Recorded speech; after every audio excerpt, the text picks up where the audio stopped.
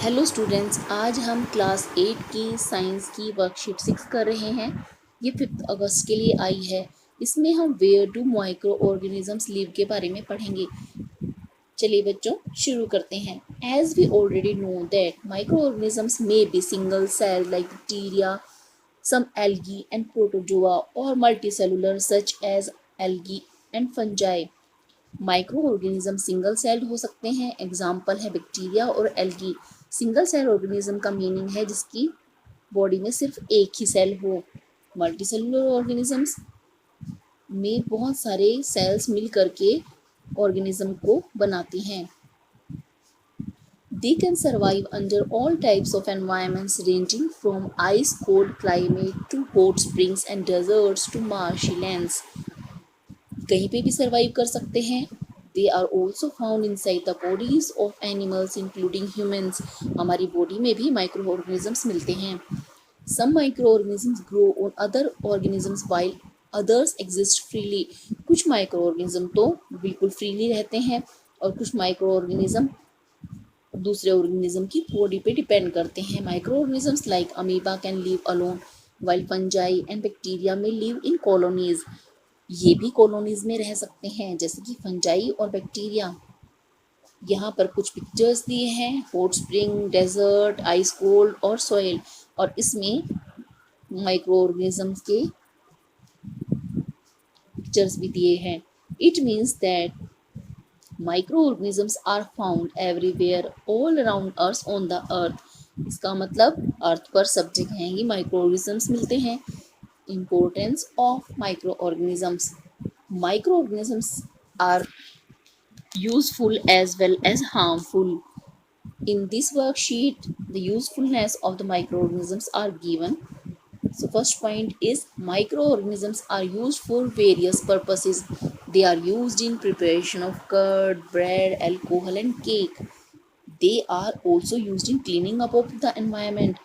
For example, the decompose the organic waste, vegetable peels, remains of animals, feces and keep the earth healthy. ये manure बनाने में भी काम आते हैं।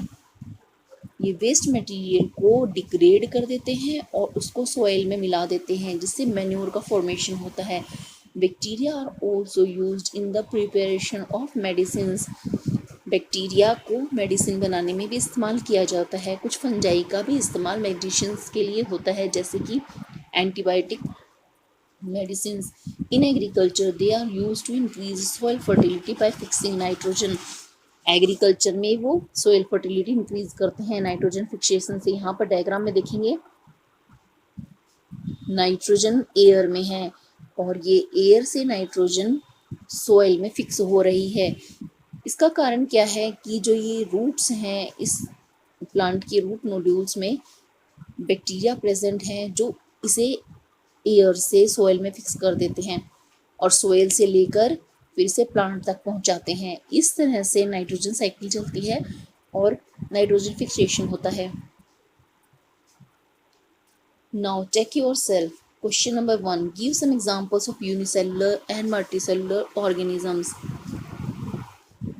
Bacteria and some algae are single-celled or unicellular, and some algae and fungi, they are multicellular. Question 2, where do the microorganisms are found? Microorganisms are found from ice cold climate to hot springs and deserts to marshy lands. They are also found inside the bodies of animals including humans. Write 3 examples of daily life where the microorganisms are used. Microorganisms are used for various purposes. They are used in preparation of curd, bread, alcohol and cake. They are also used in cleaning up of the environment by formation of manure. Bacteria and fungi are used in preparation of medicines. अच्छा बच्चों, आज की worksheet में हमें इतना ही करना है। जल्द ही नेक्स्ट वर्कशीट के सॉल्यूशन के साथ मिलेंगे।